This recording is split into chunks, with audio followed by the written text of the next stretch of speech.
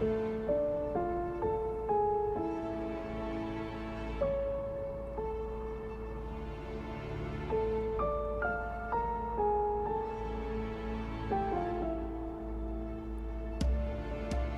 great history of Egypt is inscribed on its monuments, temples, and tombs in the written script of the ancient Egyptians, hieroglyphs, or sacred carvings. Hieroglyphs are perhaps the writings that has been used for the longest time in the history of the world because they were used for well over 3,000 years. But their meaning had been lost until 1822, when a young French scholar, Jean-François Champollion, became the first person for over 1,000 years to decipher the ancient texts. Champollion's insights and the work of other scholars helped bring an entire civilization back to life. Today, researchers are increasingly interested in the authors of these hieroglyphs, a literate elite working for the pharaohs. Priests, scribes, painters, engravers, and builders of tombs. The largest tomb discovered in the country intrigues Egyptologists. Built for an important figure in pharaonic society, it's filled with hieroglyphs. Comment cet homme a pu faire construire ce monument incroyable?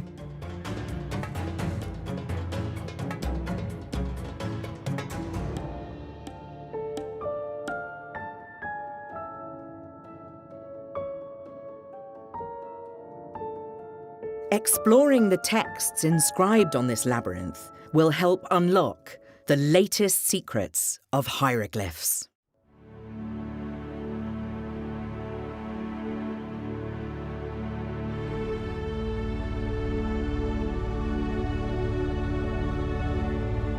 "700 kilometers upstream of the ancient political capital of the empire, Memphis, on the banks of the Nile, lies Thebes. Here on the Nile's west bank, the pharaohs constructed their funerary temples, including that of Queen Hatshepsut and the tombs of numerous other dignitaries.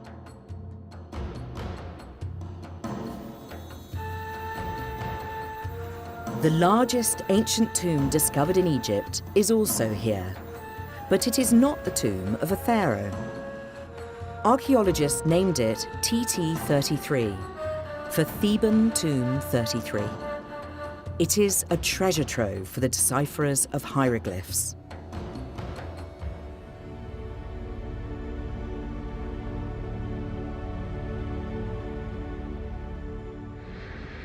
For the past 17 years, Professor Claude Tronecker has been studying TT33.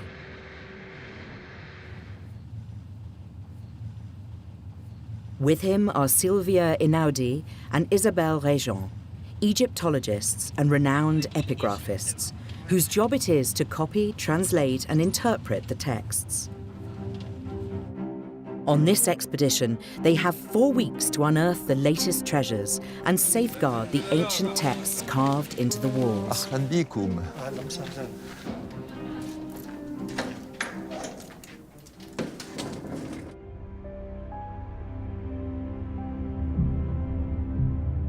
Beaucoup de gens venaient la voir comme la curiosité de la région, avec toute une légende, tombe maudite, tombe dangereuse.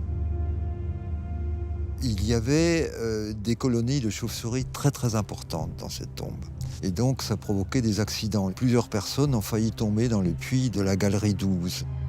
But who does this imposing and mysterious tomb belong to? Voilà, le voilà.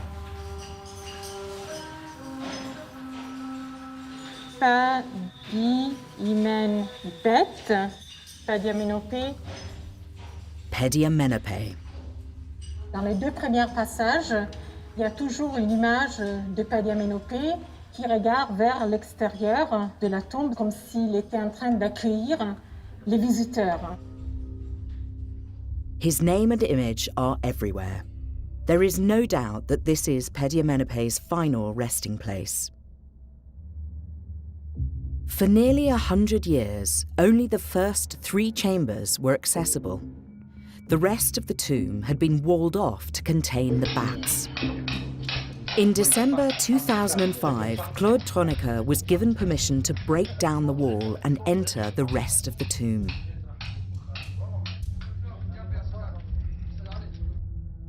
The decomposing bodies of millions of bats made the air unbreathable. The corridors and chambers were damaged, but when the professor looked more closely at the walls, he saw priceless treasure. Et là, c'était une révélation. En particulier, le fameux texte d'accueil que j'ai découvert comme ça, je me souviens, quand je l'ai vu, j'en ai eu les larmes aux yeux. Un appel aux vivants. Ô, vous qui êtes sur la terre, ceux qui sont nés et qui, ça c'est pour la marque du futur, mestu, ceux qui viendront à naître. C'est quand même incroyable. Ou ceux qui viennent pour chercher des formules, c'est-à-dire nous. C'est-à-dire nous. Alors, quand j'ai vu ça, moi, je vous dis franchement, j'étais ému aux larmes. Je me suis dit, c'est pas possible. Ils nous attendaient. Et surtout, ils nous demandent, ici, de rétablir ce qui est abîmé. Il faut le faire quand même. Ah, c'est un message direct.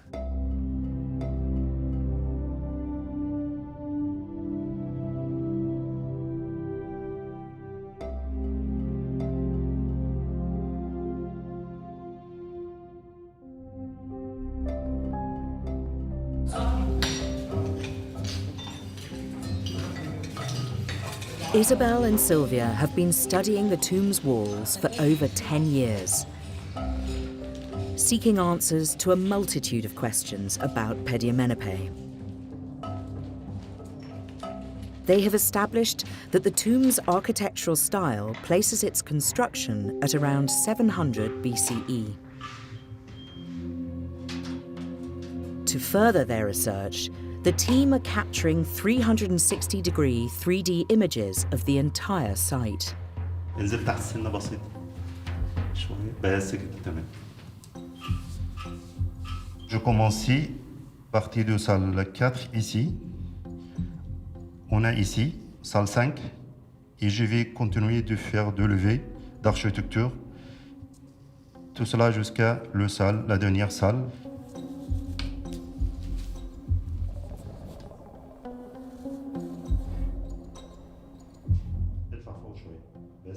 By photographing the walls, ceilings, and floor of each room,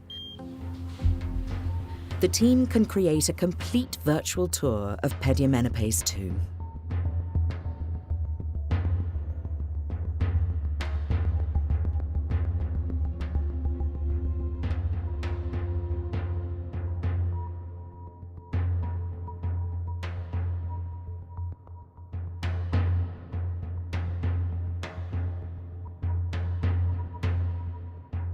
TT33 is a maze of 22 rooms, corridors, and galleries. Spread across 3 levels more than 20 meters below the desert sands, with 2,622 square meters of decorated walls, all covered in hieroglyphs. But is it possible to decipher the damaged carvings and learn more about the owner of this tomb?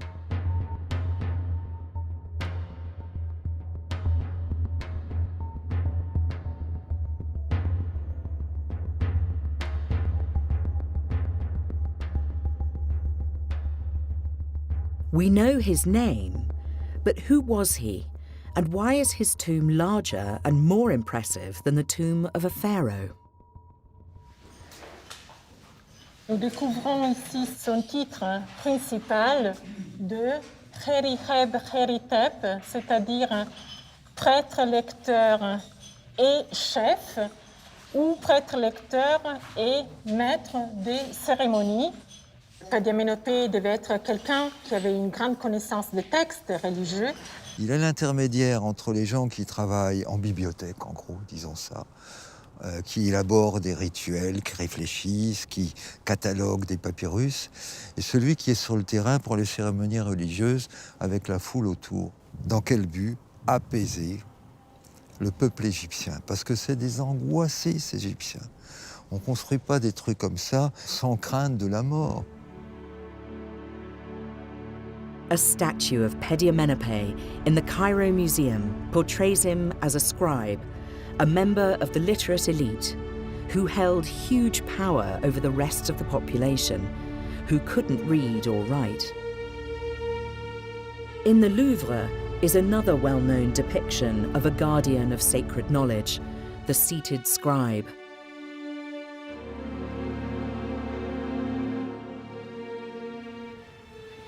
L'Égypte était dirigée par une élite lettrée, que nous appelons les scribes parce qu'ils savent écrire. Ce qui les distingue des autres, c'est l'usage de l'écriture. Le travail principal du scribe, c'est de tenir les comptes, c'est de rédiger le courrier, bref, de faire de l'administration. Et les plus cultivés d'entre eux cultivaient les belles lettres. Il y a une littérature égyptienne au sens moderne du terme, et certains avaient des bibliothèques. Les hiéroglyphes se lisent en principe de droite à gauche. Pour comprendre dans quel sens ils se lisent, il suffit de prendre un hiéroglyphe représentant un signe animé, par exemple là un pouce caille, vous voyez qu'il regarde vers la gauche. Dans ce cas-là, on va lire de gauche à droite et en colonne. Dans une autre inscription, on aura l'inverse.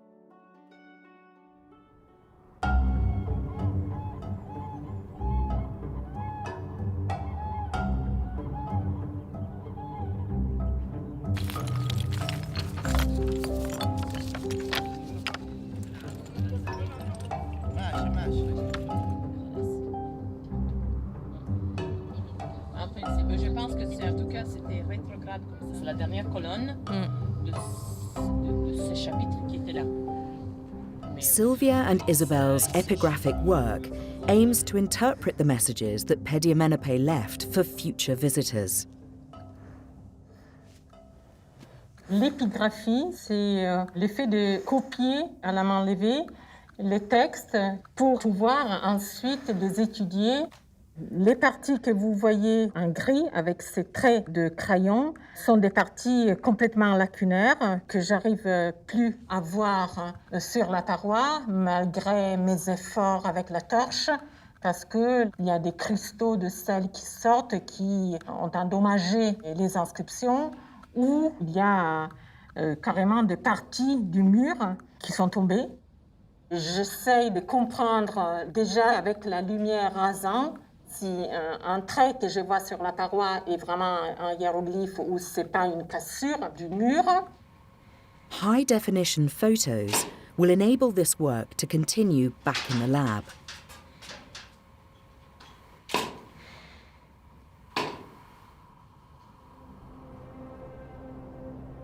But where did hieroglyphs come from? First appearing around 3200 BCE, hieroglyphs were used for almost 3,500 years, until the Roman Empire took political and religious control of ancient Egypt.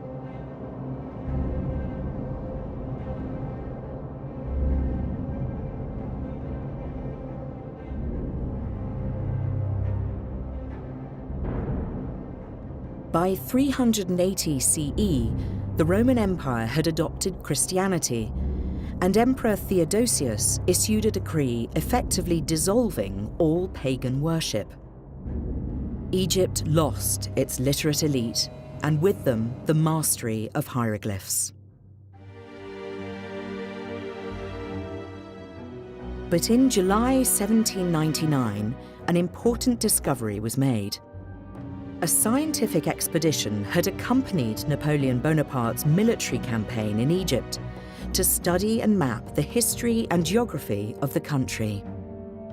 In the northern port city of Rashid, whilst repairing a fort, French soldiers uncovered a stone dating from the 2nd century BCE, carved with a decree by the king, Ptolemy V, the Rosetta Stone. The text was written in 3 different scripts: hieroglyphic, Egyptian demotic, a simplified cursive version of hieroglyphs, and ancient Greek. Copies were sent to scholars across Europe. Before we could read hieroglyphs, Looking at these monuments was a mystery, and that's why there's so much esoterica that this has generated, with people thinking that these are all symbols, that they don't have sound values. So you could look at these monuments and not really understand things until Champollion came and unlocked this key, this mystery. You can see this cartouche, which is this oval thing which held the name of the king. And here you can see Ptolemy.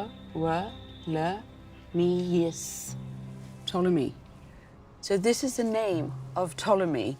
And of course, this is one of the crucial names that we have in Egyptology, not because of his importance, but because his name was on the Rosetta Stone. And this was the first name to be deciphered.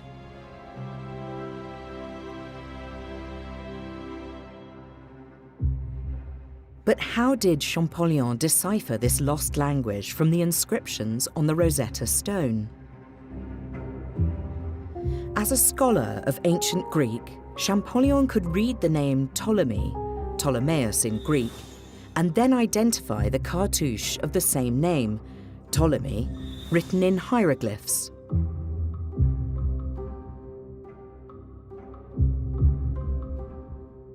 This gave him 7 letters: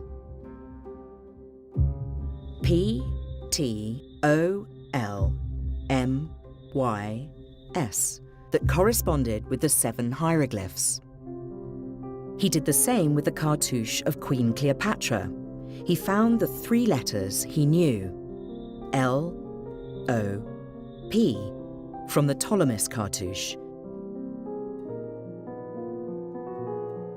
Then assigned the missing letters K, E, A, T, R, A to the 6 unidentified hieroglyphs.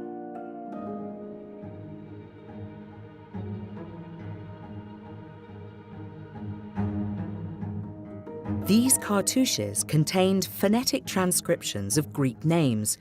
But what about the names of pharaohs who ruled before Greek colonization?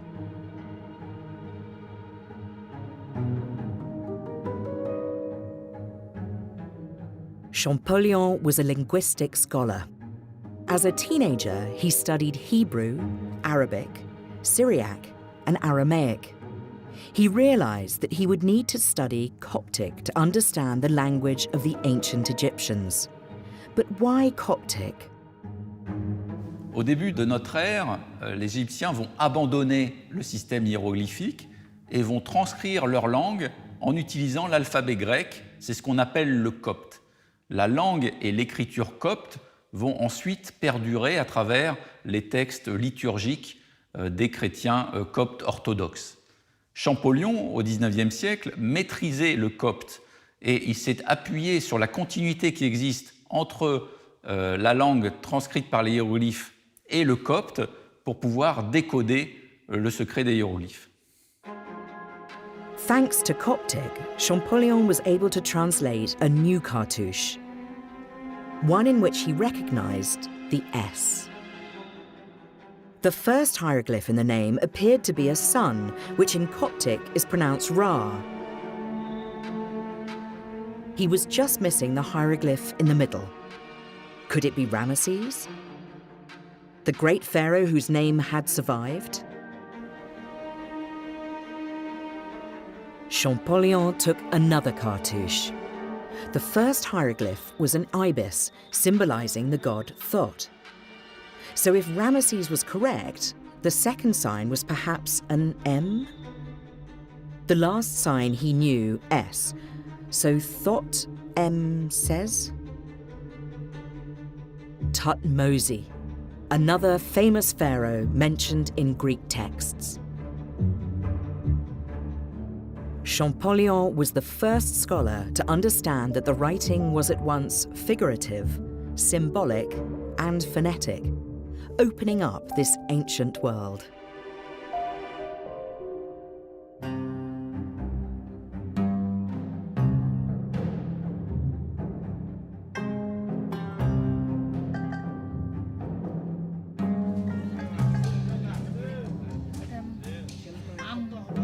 May I see one negation here and just 200 years later, Champollion's deciphering work continues.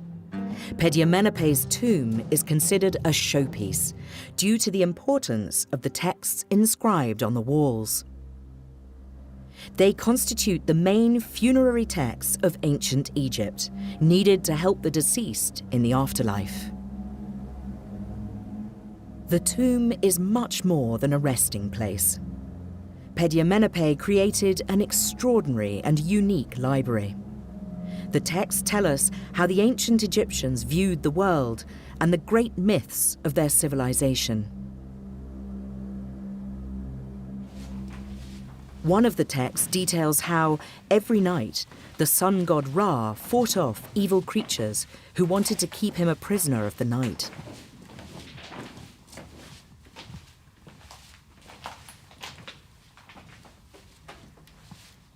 Voici la première heure du livre de l'âme droite. Le soleil vient de se coucher, le soleil vient de rentrer dans les profondeurs de la terre, avec la barque du soleil de nuit, avec Youth à tête de bélier, qui est la forme nocturne du soleil. Et devant lui, en position d'adoration, on trouve Pediamenopei, dont le titre et le nom sont indiqués ici.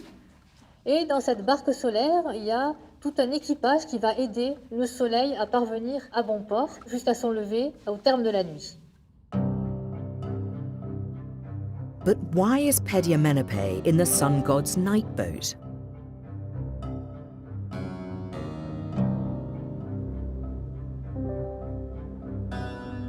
Au cours des heures, il va y avoir diverses péripéties. Pediamenopei y prend part. C'est lui qui va tirer la barque du soleil. C'est lui qui va harponner Apophis, donc le serpent qui menace la barque et qui l'empêche d'avancer. Il prend vraiment une part très active à ce voyage et même il fait une danse rituelle pour le soleil. If, during the 12 hours of night, Pediamenopei is unable to bring the sun god's boat safely home, the sun will not rise and the world will end. So every morning, when the sun reappears, all living creatures bow down before the sun god to celebrate his victory, the victory of life over death. Et on s'aperçoit que la version de Pediamenopei est très originale. Donc il insère dans un texte sacré le titre et le nom de Pediamenopei. Donc on sent d'une part le lettré et puis le désir de mise en scène de soi.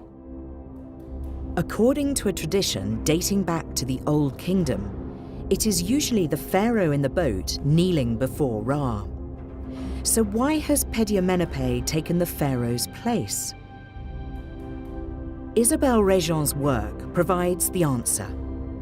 He replaces the king as a defender of Ra to make sure that he too will rise every day with the sun. It is a way of guaranteeing eternal life in the land of the dead. But the protection of the sun god isn't enough. Pediamenopei must also secure the favor of Osiris, the god of the dead. Nous sommes ici dans la salle 9 de la tombe, qui a 2 parois consacrées au fameux chapitre de la pesée du cœur. Pediamenopei s'adresse à 42 divinités qui font partie du tribunal d'Osiris, qui est censé juger les défunts quand ils arrivent dans l'au-delà. Donc on retrouve les noms ici. Pediamenopei n'a, ça c'est la négation, n'a pas fait toute une liste de péchés, de mauvaises actions. Il dit qu'il n'a tué personne, qu'il n'a dérobé personne, qu'il n'a pas dit de mensonges, qu'il n'a pas été corrompu, etc., etc. Pour 42 fois. Pediamenopei is central to the action again, this time in the most famous part of the Book of the Dead. Having placed a feather on one side of the scale, Anubis, the god of death and master of necropolises, places the deceased's heart on the other side.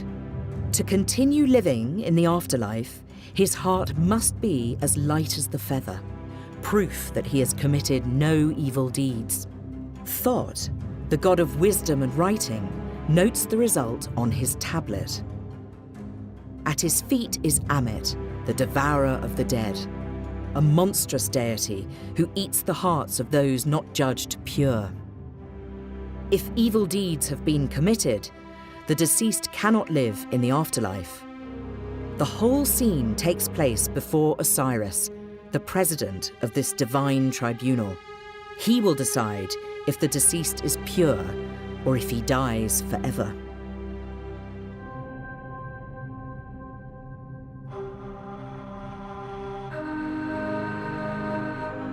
Why does Pediamenepe show such exceptional devotion to Osiris? Was he trying to win the god's favor?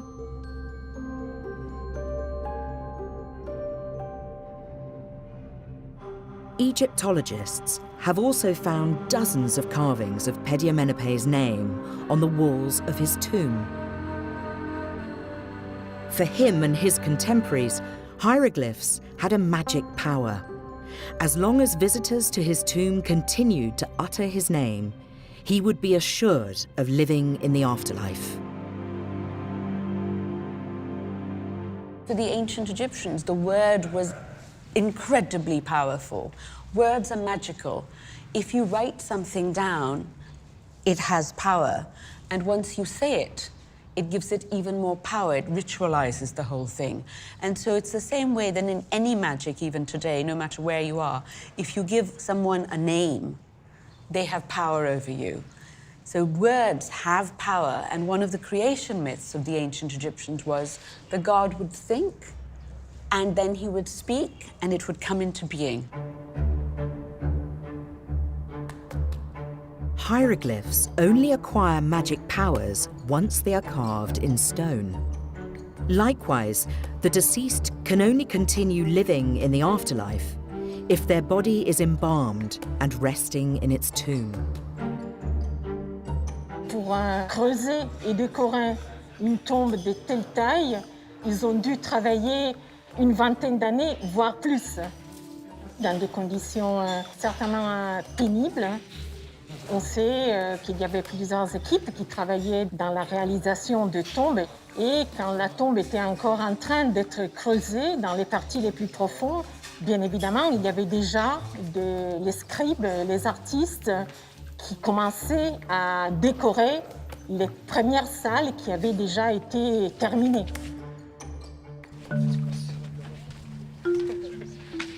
Who were the builders and craftsmen who dug and decorated these tombs? A unique archaeological site about a kilometre from TT33 offers some insights. It was a village for craftsmen working on the royal tombs, or a hieroglyphic school dating from about 8 centuries before Pediamenepe. Here we are at Deir el-Medina, which is one of the most important places in Egypt. It's the workman's village, and these are the people who decorated the tombs of the kings in the Valley of the Queens. And here, this is in the west bank of Thebes, where the Valley of the Queens, which they also decorated, is there. The Valley of the Kings is just over there, and also the nobles' tombs and the temples are very close by. Ce village a été construit à l'époque de Thoutmosis Ier, donc il y a plus de 3500 ans. C'est de ce village qu'il partait en début de chaque semaine pour s'occuper à fabriquer, construire, décorer les tombeaux des pharaons. À la fin du Nouvel Empire, le site est abandonné et recouvert par les sables. Ce qui explique que les objets laissés ici par les habitants ont été retrouvés lors des fouilles au début du XXe siècle.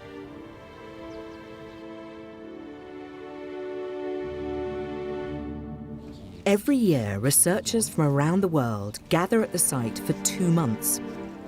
By studying the artifacts found in the village, they hope to better understand the work of these craftsmen.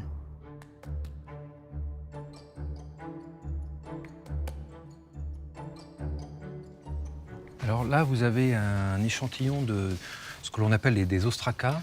Ce sont des objets qui ont été trouvés en très très grande quantité ici sur le site de Deir el-Medina. Et c'était des éclats de calcaire ou des fragments de poterie qui servaient de support d'écriture pour les personnes qui habitaient ici. Ces ostracas apportent des informations à la fois sur la vie locale puisque l'on a reporté des faits divers, des listes d'ouvriers qui travaillent ici, le nom de leur famille. Mais on a aussi sur une partie de ces objets des exercices d'écriture qui nous montrent qu'il y avait un apprentissage de l'écrit ici sur le site de Der El Medina. Donc on imagine que l'écolier avait des modèles et il traçait des lignes du même signe jusqu'à atteindre la forme voulue ou attendue par celui qui lui enseignait. For the letters to each other, you would use hieratic, which is basically hieroglyphs, but a more relaxed form. So it is the same way that hieroglyphs are like capital letters, very formal, and hieratic is joined up cursive writing. Unusually, the community at Deir el-Medina was literate. It was organised according to a strict social hierarchy to spread work evenly amongst the tombs. Parmi les ostracas importants que l'on a retrouvés sur le site, il y a un document qui se trouve au British Museum qui nous apporte des informations sur l'organisation du travail dans les tombes royales des pharaons. Donc on a écrit ici, en hiératique, les noms des ouvriers avec un décompte de leur jour de présence ou leur absence. C'était des registres tenus quotidiennement par des scribes qui faisaient l'appel, qui indiquaient qui était là ou qui n'était pas là. Certaines personnes avaient des excuses, donc on a ces excuses qui sont mentionnées. Un tel était absent pour l'enterrement d'un proche ou d'autres types d'excuses. Et on a également la liste des noms de ces ouvriers et des chefs d'équipe qui étaient chargés de les diriger dans les tombes. The various crafts working in the tombs followed a meticulously planned schedule.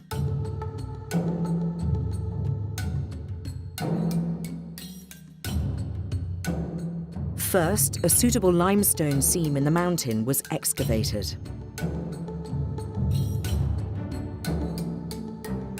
Cutting the rock with wooden mallets and bronze chisels was grueling work.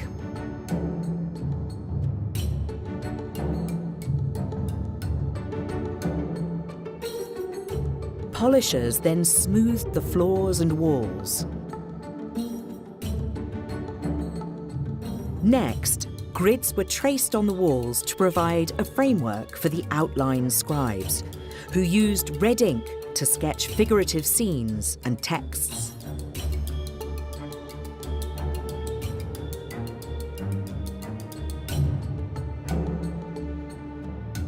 Sculptors then carved the designs into the stone using wooden mallets and fine copper chisels.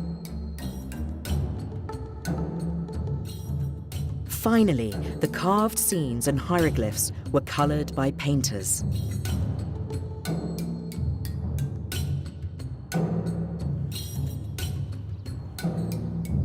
Nous avons retrouvé une quantité assez importante de pinceaux, dont la forme et la dimension varient en fonction de l'usage qui en était fait. Certains pinceaux servaient à stuquer ou à peindre la première couche de la paroi peinte, et des pinceaux plus fins servaient à tracer les figures ou les hiéroglyphes.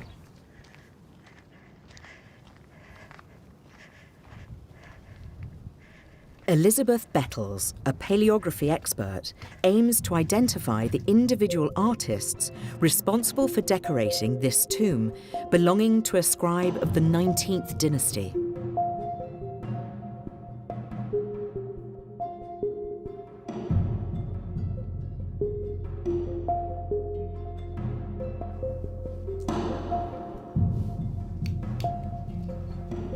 Everybody's handwriting is different. Everybody's handwriting is unique. Today, it is known that that is the case, and it would have been exactly the same in over 3,000 years ago as this was. All of this learning about the man who created these hieroglyphs, who painted them, I've got to get to know him. So I've got to try and find his handwriting style through the shape, through of the sign, through how he created the sign, how he spelt things. And at the moment, I'm concentrating on doing individual hieroglyphs to find out what their shape is. My long-term goal is to create a kind of an interactive database to be able to show people who we can name, who we know who they married, what their children's names were. So we can learn so much about the people who were literate, who could write.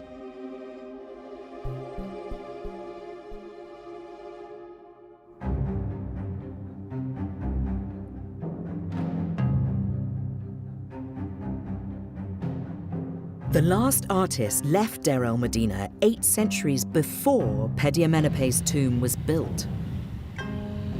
But their techniques and knowledge were passed down to those who decorated TT33. The Egyptologists are restoring the magnificent decorations, which time has broken into thousands of pieces. Okay, Ahmed. Okay.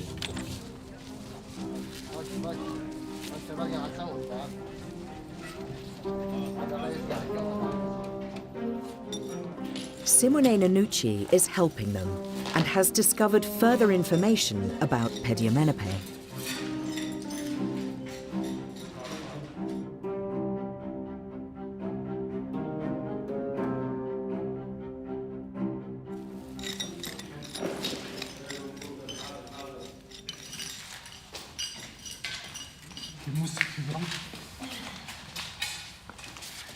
Voilà, parfait.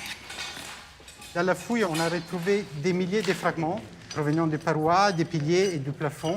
Le but de la recherche, c'est aussi pouvoir reconstruire leur position originelle. Cette partie devait probablement se trouver sur cette paroi sud de la salle, où on voit la momie de Pediamenopé devant sa tombe. Et ici, on voit une partie de la titulature de Pediamenopé, Kheriheb Kheritep, le prêtre lecteur. Mais regardez le détail des oreilles, des narines. La stèle. Ah, je n'avais pas vu. Donc, on a la représentation de la tombe dans laquelle nous sommes. Mais d'une manière très idéale, oui. Ouais. Qui doit être très content dans l'au-delà. Pediamenopé, on n'arrête pas de prononcer son nom.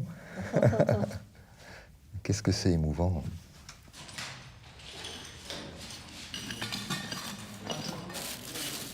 Nous avons ici un fragment de visage d'une statuette funéraire qu'on appelle un ushepti et qui appartenait à Pediamenopé lui-même. On le sait parce que ça fait partie d'une série qu'on connaît déjà, on en a trouvé d'autres fragments. À l'origine, ces usheptis étaient positionnés dans le caveau avec le défunt lui-même. Le sol originel de la tombe, c'est plus ou moins 50 cm, en dessous de la surface actuelle, sur laquelle on a marché depuis qu'on a commencé à travailler dans la tombe. Ça, plus ou moins, c'est les 50 cm qu'on a dégagés dans cette partie de la salle. Et vous voyez un peu les traces de cendres ici, et les couches de débris. Et l'espace, ça a été sûrement utilisé par les villageois qui habitaient ici à côté pour des bivouacs, ou des abris temporaires et aussi, surtout, comme étable pour les animaux.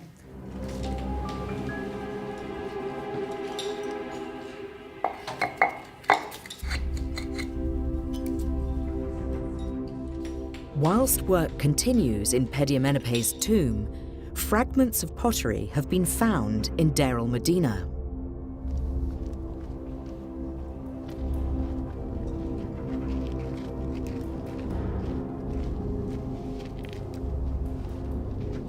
يونس ممكن تدنا دي؟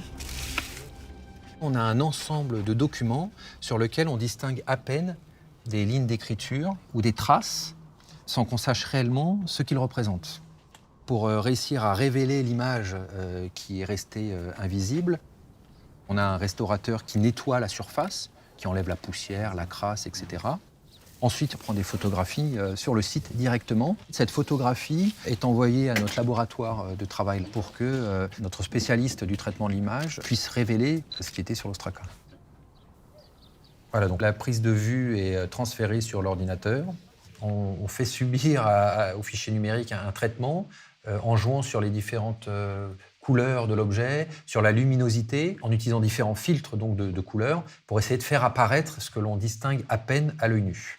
Là, en l'occurrence, on a une très belle représentation du dieu Ptah, un dieu important, puisque c'est un dieu qui était honoré ici, pas loin d'Er el-Médina.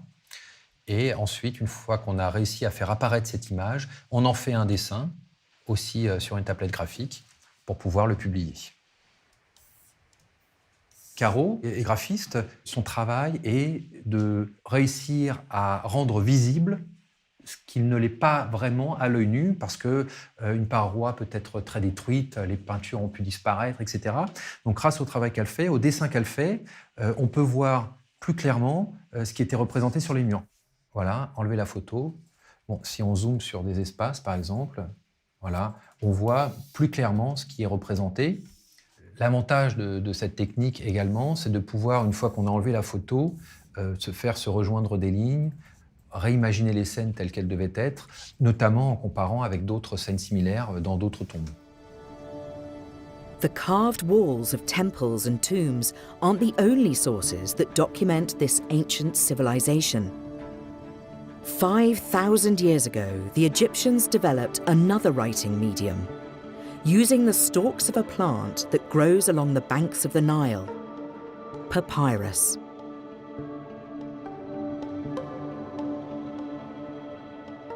In the 19th century, Egyptian papyri became a collector's item. Bernardino Drovetti, the French consul in Cairo, traded in antiquities. The king of Piedmont paid him a fortune to curate a collection.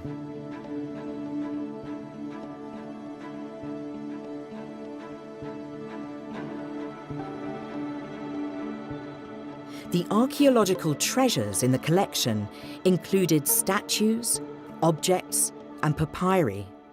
And in 1824, a museum was opened in Turin. When the Drovetti collection was acquired, they hope to bring the man who had found the key to ancient Egypt to Turin. So Champollion accepts their invitation. He is not at all happy about the fact that France has not acquired the collection, but Turin has. And so he's credited with that famous saying that the road to Memphis and Thebes goes through Turin. The Turin Museum was a paradise for Champollion. He stayed for 8 months studying the papyri, which he described to his brother as beyond eulogy.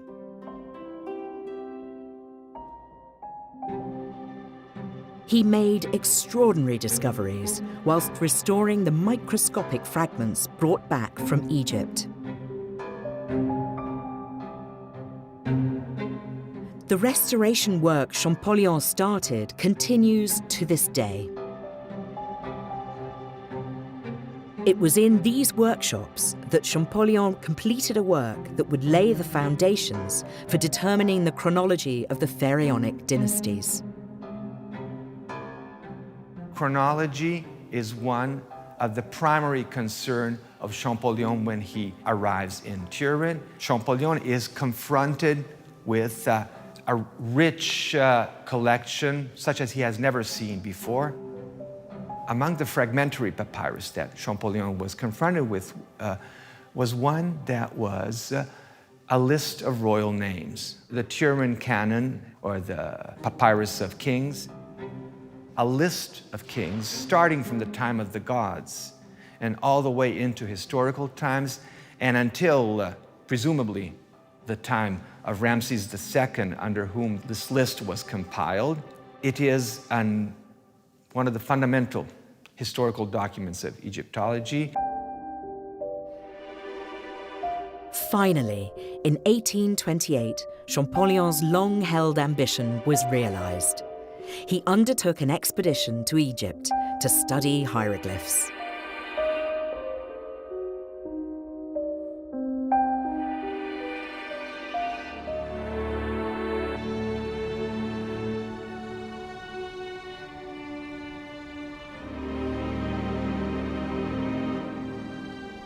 The party was made up of 14 scholars and scientists. They would spend 18 months exploring the Egyptian sites previously documented by the Napoleonic expedition.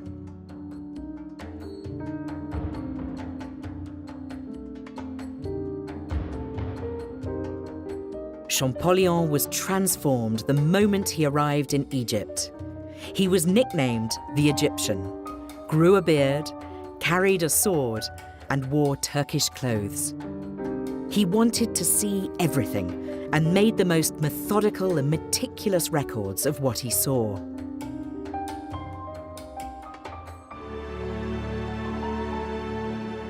He returned to France with priceless treasures discovered in the tombs.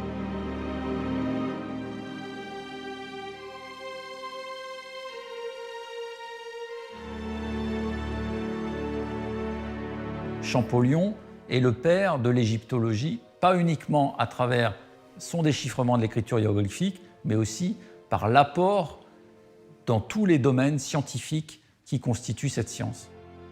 Le travail sur la religion égyptienne, le travail sur le canon royal de Turin et les listes royales, etc., etc. Champollion's work deciphering the Turin royal canon, the historical timeline of the first pharaonic empires, went as far as Ramesses II. His successors completed the timeline up until the Roman period. This later work helped date the construction of TT33 at around the 7th century BCE. But which pharaoh did Pédiamenopé serve?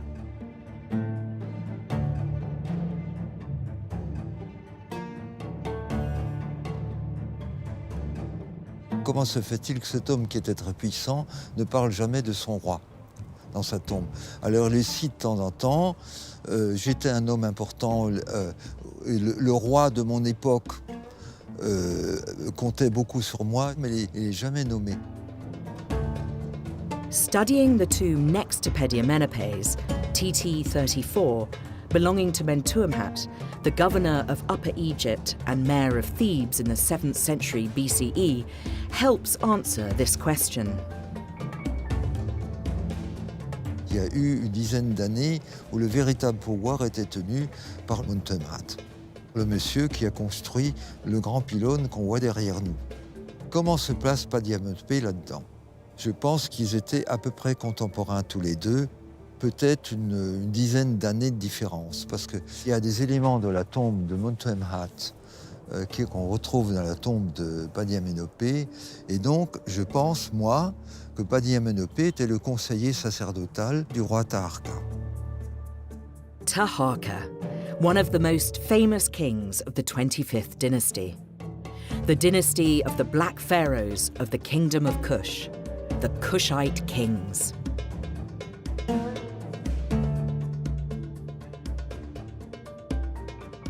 La dynastie nubienne était déjà tout imprégnée de culture égyptienne lorsqu'elle est arrivée, parce qu'il venait du Soudan, enfin de la Haute-Nubie, qui autrefois avait été colonisée par l'Égypte et avait subi un processus d'acculturation étonnant. C'est-à-dire que l'élite locale s'est adaptée aux us et coutumes égyptiens, et ils sont même été parfois plus royalistes que le roi. Ils revendiquent de retourner à la pureté originelle.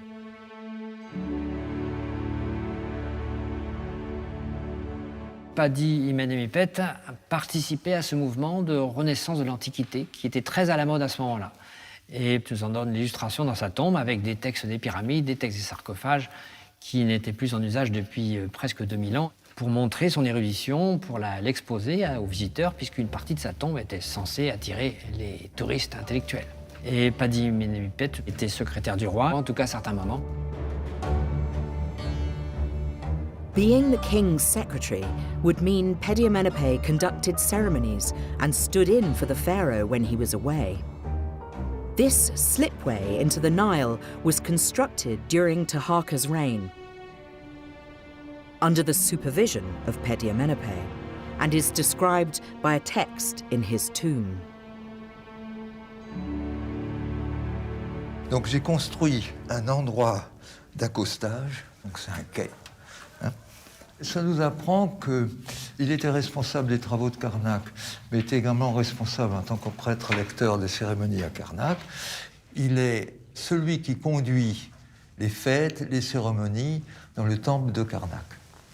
Donc c'est quelqu'un de très très important au point de vue de la liturgie locale. The grandest of these celebrations was the huge annual procession which the ancient Egyptians called the Beautiful Festival of the Valley. It began on the famous slipway into the Nile, the departure point for the sacred bark of Amun-Ra, which would cross the river and tour the necropolises. Pediamenepe built his own tomb on the route of this procession. At the Temple of Luxor, an entire wall is dedicated to a similar festival, the beautiful festival of Opet. Pediamenepe was very key to this whole connection and this control system that the Nubian pharaohs had. So Taharqa depended on Pediamenepe to, in fact, guide him almost through the idea of Egypt's religion and the text.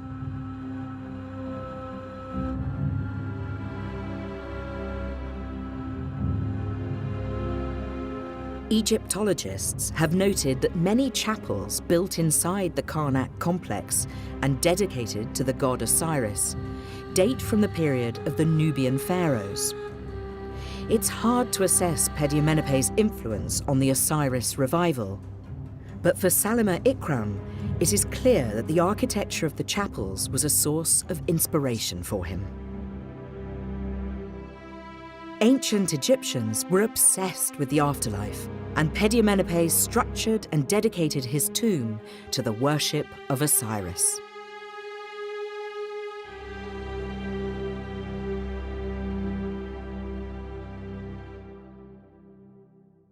The first section of his tomb was undoubtedly open to all visitors, whereas the second section was reserved for pilgrim worshippers of the god Osiris.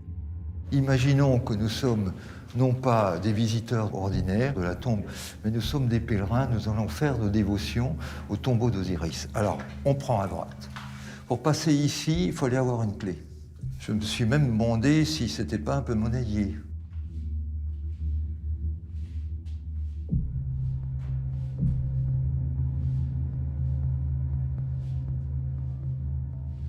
Alors, franchi cette fameuse porte, nous arrivons dans la salle du cénotaphe. Alors, qu'est-ce qu'un cénotaphe? C'est un tombeau fictif, ça a l'allure d'un tombeau, avec tout le décor de l'époque, mais il n'y a pas de corps dedans. Alors, qu'est-ce qu'ils font les pèlerins quand ils arrivent là? Eh bien, on en fait le tour, en chantant des cantiques. Et je pense qu'ils devaient chanter les textes qui sont inscrits sur le haut de la paroi.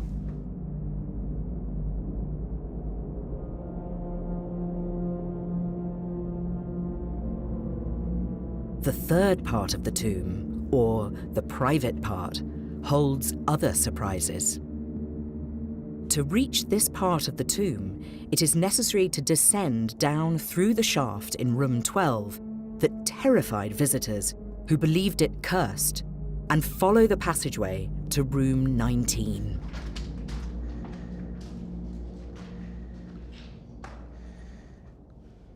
Ici, nous avons la fameuse scène du réveil d'Osiris qui devait occuper toute la paroi. La partie centrale montre le dieu Osiris. Devant lui, il y a son fils Horus qui met sous le nez du dieu les symboles de la vie et le hiéroglyphe qui veut dire « s'est réveillé ». A second shaft descends into a strange room resembling a sarcophagus of the Old Kingdom. Technically, it's the last room in the tomb. Any pillagers could go no further. Beyond here, there is nothing. But this room is a decoy. You have to smash through the ceiling to discover Pediamenepe's real burial chamber. It is a revelation.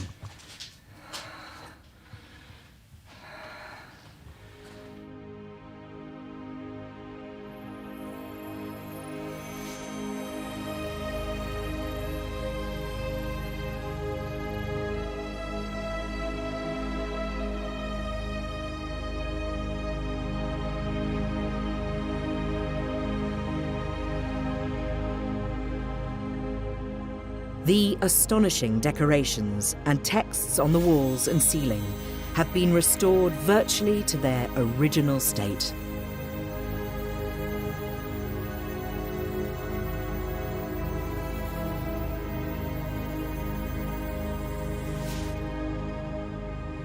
Padiamenopé a carrément voulu dissimuler l'entrée de cette dernière salle de la tombe où probablement il a été enterré. Mais comme nous n'avons pas trouvé de restes de sarcophage, la dernière hypothèse qu'on peut avancer, c'est que peut-être sa momie était à l'intérieur d'un cercueil en bois déposé sur un lit funéraire qui aurait pu se trouver dans la partie centrale de la salle. Cette hypothèse s'appuie aussi sur le fait que sur les deux parois est et ouest de cette chambre, entre les niches qui devaient abriter des statuettes, il y a des images de génies gardiens, donc des divinités, qui étaient censées protéger les corps des Padiamenopé. Des mêmes génies gardiens que figurent à droite et à gauche d'Osiris qui se réveille. Donc l'hypothèse est que Padiamenopé ait voulu reproduire une sorte de version tridimensionnelle du réveil d'Osiris où Padiamenopé, sur son lit funéraire, prend la place d'Osiris, entouré par ses génies gardiens. Associating himself with the judge of the dead and receiving his blessing and good grace was undoubtedly the best guarantee of living eternally in the afterlife.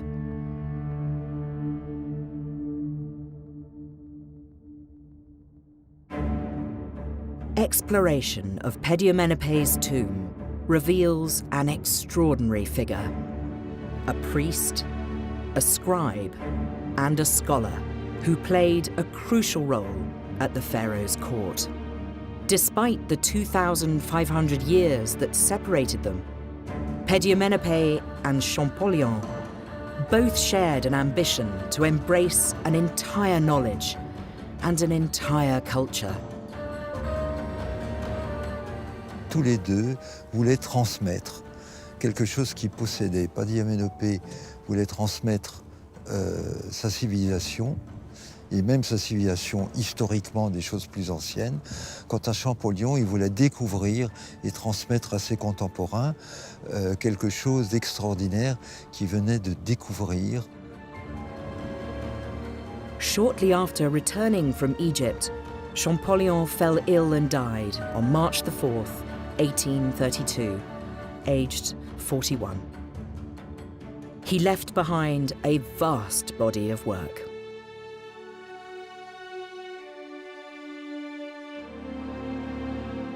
En déchiffrant le secret des hiéroglyphes, Champollion ouvre une grande porte qui va être l'égyptologie, et qui ne cesse de se développer jusqu'à aujourd'hui, et qui a appelé à connaître encore de très grands développements. Egyptologists continue to conserve Pediamenopé's tomb and restore its treasure.